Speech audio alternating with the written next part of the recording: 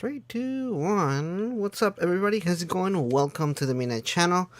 Today we are gonna be tier ranking all the Persona games, as you can see right here, and we're gonna try to make this as entertaining as quickly as possible. I'm just kidding, not quickly, just entertaining as possible.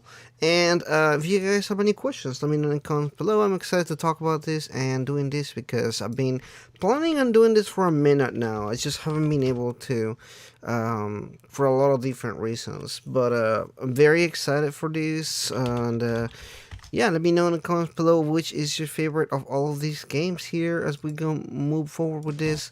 And yeah, let's see. Kind of waiting here, some people to pop up and everything.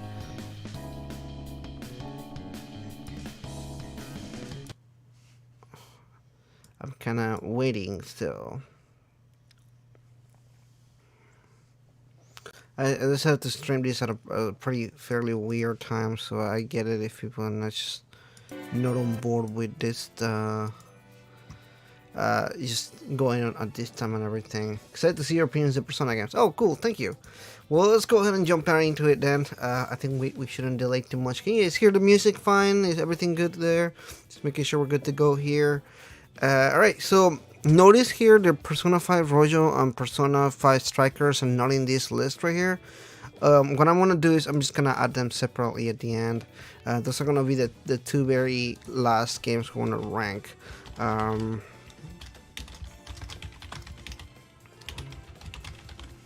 But yeah, those are just going to be the last two on the rank there. No worries about that. And obviously Strikers, if I can find Strikers somewhere. I'm pulling them up right now, just so whenever I'm done with yeah, we'll go over them. Okay, we're gonna start with number one. Looks like we start here with Revelations Person. I want to start from order here. I know that there isn't an order in the ranking here, but I want to start in order here with everything. All right, so the first one is obviously this one here. This one's gonna be a B for me. I don't like the Revelations translation. I think a lot of the pretty big changes they did when it comes to like the names and everything like that bother me a whole lot. I know a lot of people will argue with things like the characters or the soundtrack or something like that, but it just really bothered me all the changes they did in the American translation of Revelation. So B is gonna be there. It's still a pretty good game. It's just, again, some of the changes I didn't particularly like too much. But moving up next, we're gonna do Persona 2 here. Obviously we only got the PlayStation 2, this one right here. This one is just definitely gonna be an S for me, and we're gonna go ahead and rank this one as well, because to me the whole packet of Persona 2, when it comes to Innocent Sin and Eternal Punishment, does a really good way to kind of get these two games together. And overall, we just really love the game. I just feel like some of the aspects, like the gameplay, isn't super good particularly, but the story itself merits itself enough to be an S rank by itself. It's just kind of like a matter of perspective as far as like whether you think the gameplay justifies that or not.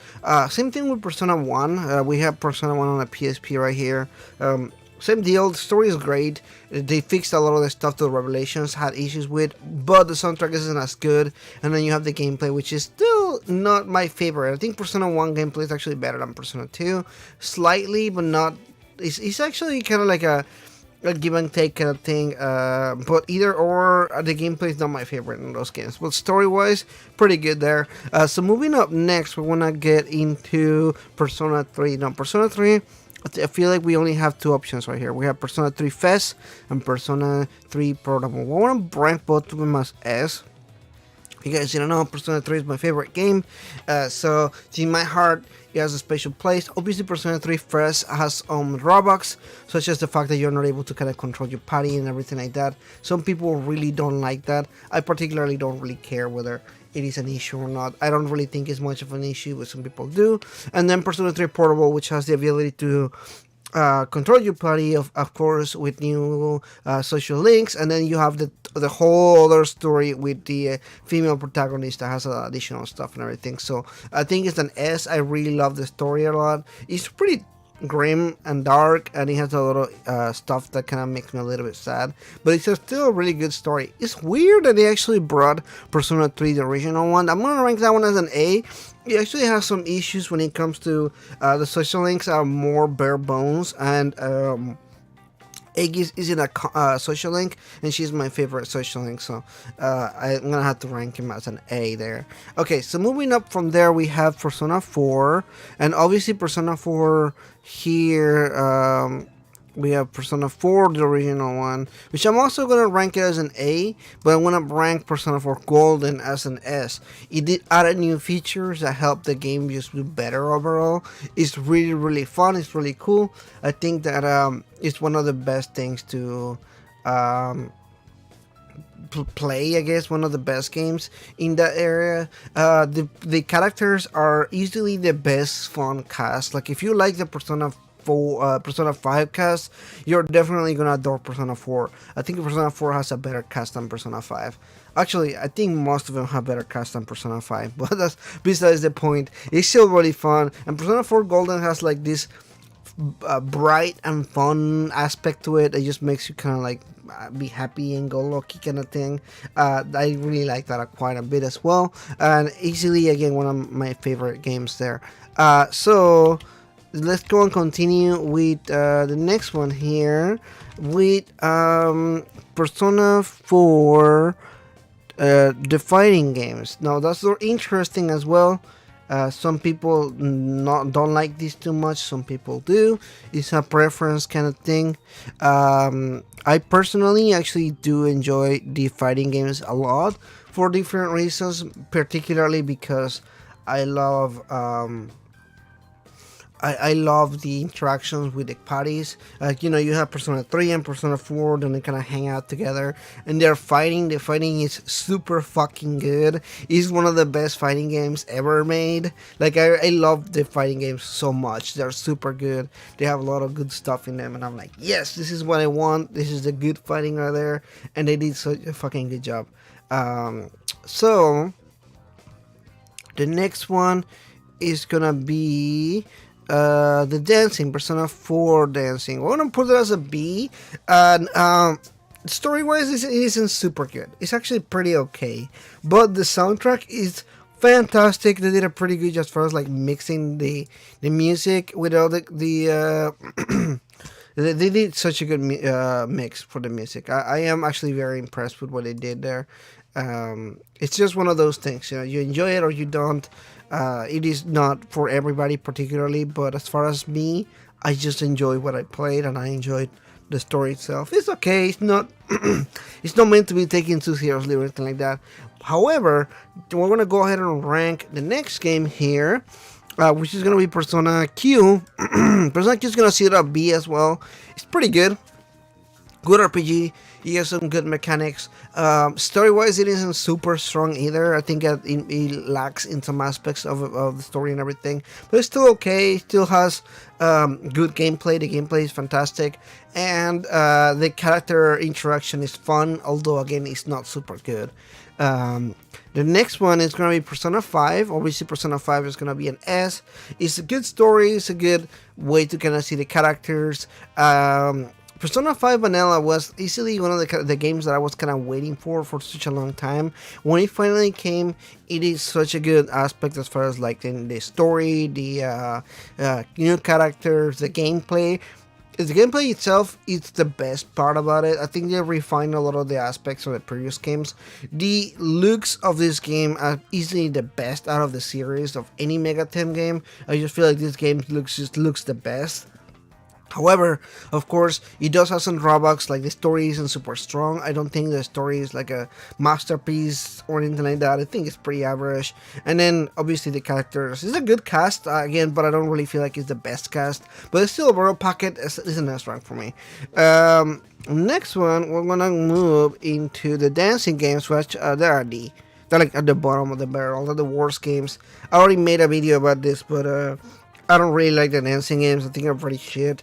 Like, the gameplay is fine and it's pretty good, but the music's okay too. Like, it's not bad. It's pretty good. Some of the tracks are like really well mixed and everything, but there's like no story whatsoever, and they are really cheaply made. Like it looks like they're really like they're rushed to get this out because they're like they needed like something to put out, and they were like, oh, these are fantastic games. We're gonna go ahead and I'm gonna add those two in a second. Give me a minute. And we're still on Persona dancing. Let's give it a minute here. And he did feel kind of like a rush job kind of thing for those games. So no, I don't like those. Okay, so next one, they just asked Persona Q2. I didn't make this one, so we have to manually add these ones into it. Okay, so this one's Persona Q2 right here, and Persona Q2 is gonna sit at an A for me. Is easily better than the other one, than Persona Q. It does have quite a good bit of stuff when it comes to the story, characters, gameplay. Everything was better and better refined from the original game, from the original Persona Q game. So easily much better than it. It became my favorite spin-off game besides the fighting games, because the fighting games are kind of more like a sequel than a spin-off too. It's like a sequel spin-off, kind of like another game that I'm gonna talk about in a second. But it definitely did some good stuff. Story-wise, again, it was much better. Gameplay-wise, it was much better. And then seeing the other themes again, Persona 4 and Persona 3 just made it even better. So really good stuff there. I definitely think it's an A. Okay, so the next one is gonna be this one right here. I believe, actually no, this one is the next one. So Persona 5 Royal is the next one in the list. What can I say about Persona 5 Royal that I haven't said in another time already? My favorite game. Has good graphics. It has good everything. No, it's definitely a great game. It's not my favorite game for sure. Persona 3 it's my favorite game. But Persona 5 Royal did a lot of cool stuff. I love the new Royal content. For me particularly, I love Maruki and not Sophia, I'm sorry. Sumire. They're like really fun characters that they added. Their stories are fun. The third semester, I loved it. I thought it was great. Some of the new additions were really good. I do think there's still some issues with like story and pacing and everything like that, so I'm not gonna fault it too much on that. But overall, it's still an S rank. It's still a really good game. I still love the game and everything. As you can see, like most of the mainland games on S rank for me, and it's no mistake. That's how I feel about them. I do feel most of the games are pretty good and pretty well made. Let me know if the music is too loud too. I can definitely lower it down. Yeah. Akechi was also remade, kind of reworked on game, and they did such a good job as far as like making him better too. It's fun. It's actually pretty good that the way they were able to kind of rework him and everything. I was really shocked. I thought they were gonna just kind of leave him be, because the anime did something better with him as well, and it's interesting that they took some cues from the anime into this one, kind of making him, reworking him and everything. It was much better. I definitely love the way they added some aspects to it. They should rank games for their soundtrack at some point. Yeah, I'll definitely do that as well. Like, I'll definitely want to do that, like a whole ranking of their soundtracks and everything. That may have to be a different video itself, but I will definitely do that. That's a good point, just Monica. Thank you. So the last game here is gonna be, I think you guys already know, but it's gonna be the Persona 5 Strikers, which didn't show up here.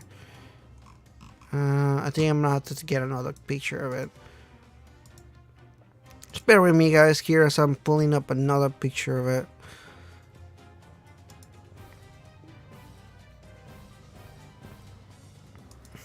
Alright, this one's good.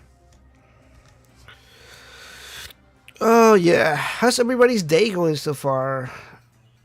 Every center, I guess, is clear. Yeah, but you can still kind of like talk about them and everything. Plus, there are other kinds of ranking we can do with them and everything. Okay, so Persona 5 Strikers is the newest game in the series. We're gonna go ahead and rank him as an A, as an S. I think it's one of the aspects of the game for me. Well, I don't know if it's an S or an A, something in between that. We're gonna make it like right there. Okay, in between A and S, it's an A plus. Let's go ahead and do that like that. So Persona 5 Strikers has some things that I like, some things that I don't like too much, and some things that I feel like they were pretty well made. For once, I think that the story was good, but also kind of a complete rehash of the original game, Persona 5. Persona 5 just had like a lot of these like elements that were like almost copy pasted into Persona 5 Strikers, which kind of did bother me because I expected like a brand new story. I'm not gonna get into detail with boss battles and everything like that when it comes to like endings and everything, but the endings are very similar too. Kind of like almost kind of like it's good, but some aspects are kind of like almost the same. So it bothered me a little bit. However, the soundtrack is fantastic.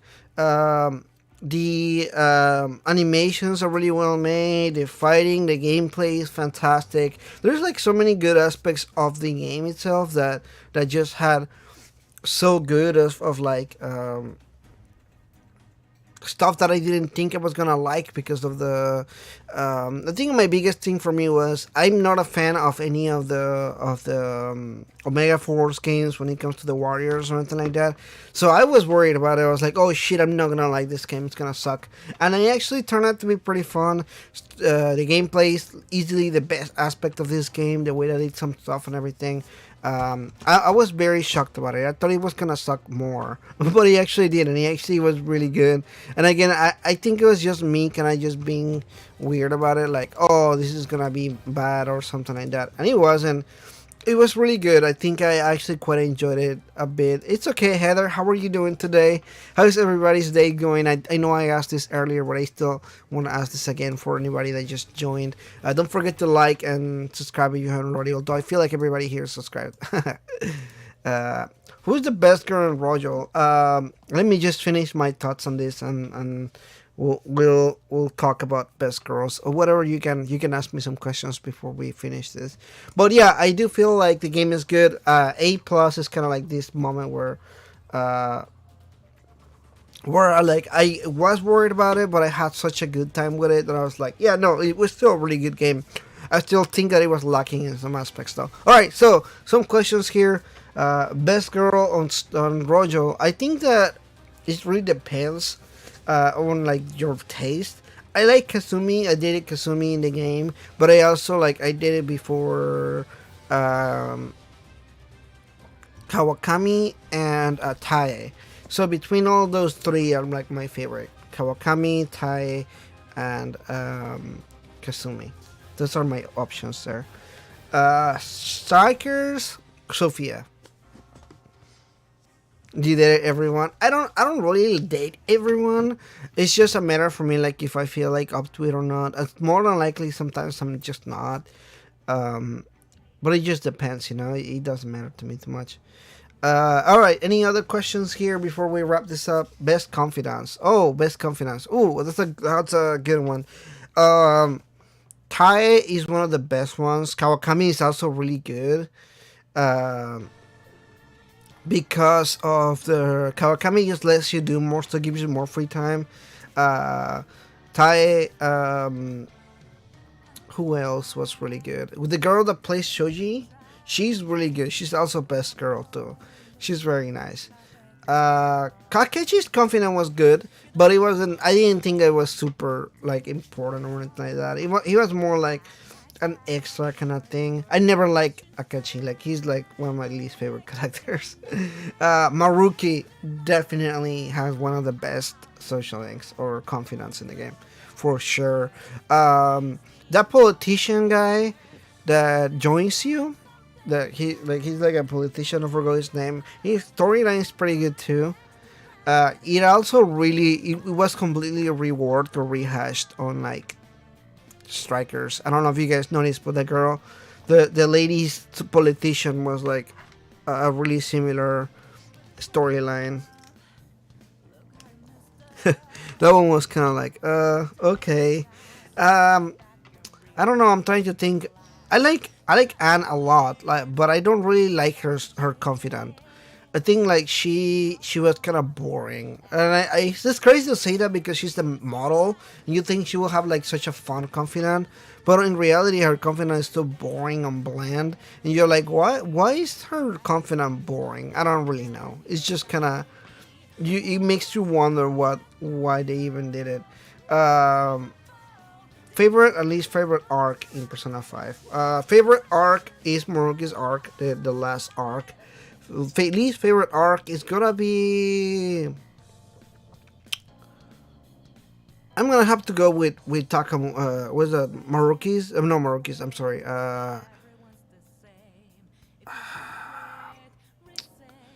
What is the guy Makoto's arc? The Makoto. Makoto's Makoto's palace. What is the one? Okumura was the least you liked. Shit. What is it? What is it? Kaneshiro. Yeah, Kaneshiro's palace. Yeah. Everybody's like Kaneshiro. Yeah, that was the worst one. It was boring as hell. I actually don't even like Makoto at all. Like I feel like if you completely took out Makoto's story, it wouldn't be a single change from Persona 5. Makoto like provides no assist, like her story and Kaneshiro's like don't build up anything. I'm not saying that it's bad. I'm just saying it's my least favorite arc. You're asking me, Alfie asked me for my least favorite arc in Persona 5. I'm not saying this is not about the boss battle. It's about yeah, Makoto's just a bad character and the story is just like not good, you know. So it was like if you could just cut out all that part, there wouldn't be any changes on the overall story of Persona 5. It's just it doesn't do anything for me. It's fine. They're asking me for my opinion on my least favorite arc. I'm just telling you what my least favorite arc is. Least favorite character boss battle. I think it's gonna be Futaba's mom. Futaba's mom was just dumb because you have to use the tool. You have to wait for Futaba to use that thing, and I hate bosses with gimmicks like that. Like let me do the fighting. I don't like Futaba either. I don't care about Futaba. Like she just annoys me. No, yeah. But yeah, Futaba's mom. Like I hate games with gimmicks like that where like you have to do like a specific something and then you have to hide your character there and they're gonna do that thing and then you're like, can you just do a fight?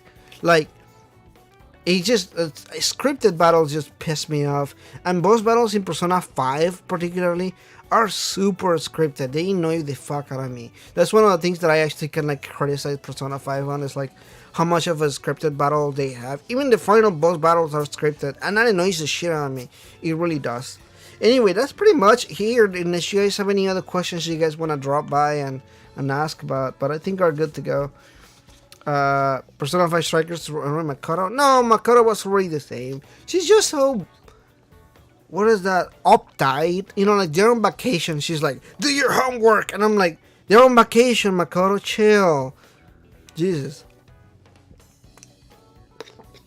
What they need to do their homework right now? They're on vacation, you know? I don't care. It was just dumb. Like, the fate of the world versus doing your homework. Which one is more important? According to Makoto, is doing your homework right now. It's not the fact that they need to go and save people in Japan or whatever. I don't know. I just thought it was a dumb kind of like, why they even like add that? I have no idea. Anyway, I'm just kind of like ranting over here. What is one thing of Persona, any Persona spin-off you wish they could put into Persona 6? So yeah, none in C. I was gonna put the dancing games on C, but I decided that D was like a better fit for them, because I don't like them. So I was like, Persona games go into is either really good, okay, or bad. Really bad. One thing I would like to see in a spin-off. Well, I have a whole big list of like 20 things that I want to see, 20 videos and everything. But if I have one thing on top of my head, I I don't know. I think like the calendar could be reworked a little bit better because the spin-offs don't really work on the calendar schedule, and they still do pretty good. But I don't know how they could work it right. Like I don't want to say completely get rid of the calendar. We may do something soon. I'm trying to think of one thing. I don't know. This may be like controversial, but if they did hack and slash Persona 6, I wouldn't be upset. Like I still like the I still like all the stuff that I enjoyed from Persona 5, like like all for Persona games as well as like turn-based RPG and everything. But I'm just saying, if they did it hack and slash, I wouldn't be mad. Um, New Persona 3, Persona 4 release port to PS4 would be cool. Yeah, that would be cool. I'll definitely take that. Hopefully they do put them on modern consoles soon. That'll be cool. We wonder what Persona 6 will be like. I think so too. I just wonder what that's gonna be like. Hey Matt, how are you doing today? So yeah, I think that's pretty much it. I have ranked all of these right here. What do you think the Persona soundtrack genre is gonna be like? I think it'll probably be something like lo-fi. Like Persona 5 is already kind of like that, but not really. Lo-fi is probably gonna be it. Yeah, it's definitely gonna be turn-based. I don't think it's gonna change. I'm just saying, like, if they did it hack and slash, I wouldn't be super mad about it. Like, I'll be okay with it. But yeah, I'm hoping they do it turn-based. I love turn-based RPGs.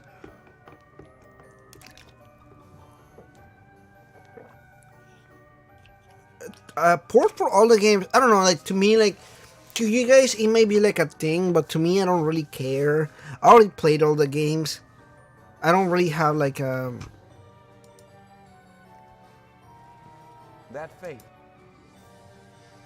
I don't really have a thing that they like. Jesus Christ! Sorry about that. I already have a thing about like all played all the Persona games, so I'm kind of like I don't really see that like a point where I'm like, oh man, I really want to play all the Persona games again. I don't know. In fact, I already streamed a lot of them here. You like to see a darker story like Persona 3? Yeah, I would like to see a darker story too. Right now, I'm replaying to a lot of the Shin Megami Tensei games, kind of getting ready for Shin Megami Tensei 5, and I'm like, man, I really like the Shin Megami Tensei games because like Persona 5, it touches on some like serious subjects, but they don't really they hesitate a lot about it and everything, but then like Shin Megami Tensei, they don't hesitate. They go all out with the dark stuff. They don't worry about like what they do and everything. And then Persona 5, like it touches on some dark stuff, but it doesn't really do anything with them. It's kind of like it just touches on them and everything. It doesn't really try to make it like a big stance and everything. And then Shin Megami Tensei, at least it lets you kind of make that choice. I feel like that if there's one thing that I really want of the Persona games, is for you to have that choice. Like Shin Megami Tensei doesn't really have like a good or a bad ending. It's more like you make a choice and you get the ending that you do based on your choices. And it's a much better statement than just saying, well, this is the good ending, this is the bad ending kind of thing. Because you definitely should. Most of the games are really good. I don't think I've played a single Shin Megami Tensei game that I was like bad. Like I will mostly rank most of them like an A or an S if I were to do that. There are some that are okay, like maybe a B or something like that. But Nocturne is really good. Definitely check that out as well.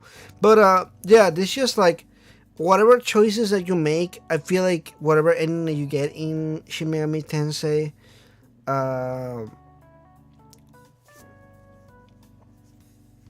yeah, it's just different. You still pretty content with your ending, I think. Like every ending that I got in Shin Megami Tensei, I was never like dissatisfied with it or anything like that. I am looking forward for a remaster too, because you guys know I'm gonna definitely be streaming that. But anyway, guys, I'm gonna go ahead and wrap it up here. It's getting a little bit late, and I haven't had lunch yet or breakfast. So right now, I guess I want to have brunch or something. I hate saying burn. She's so stupid. Anyway, yeah. So yeah, thank you so much for coming by, guys. Thank you for joining me here as we rank through all the Persona games. It was a fun little video to do here. I've been trying to do this for a minute. I'm like, what if I do this live? That was kind of like the thing that I had in mind. But anyway, guys, you guys have a wonderful day. I'll see you guys later. Bye bye.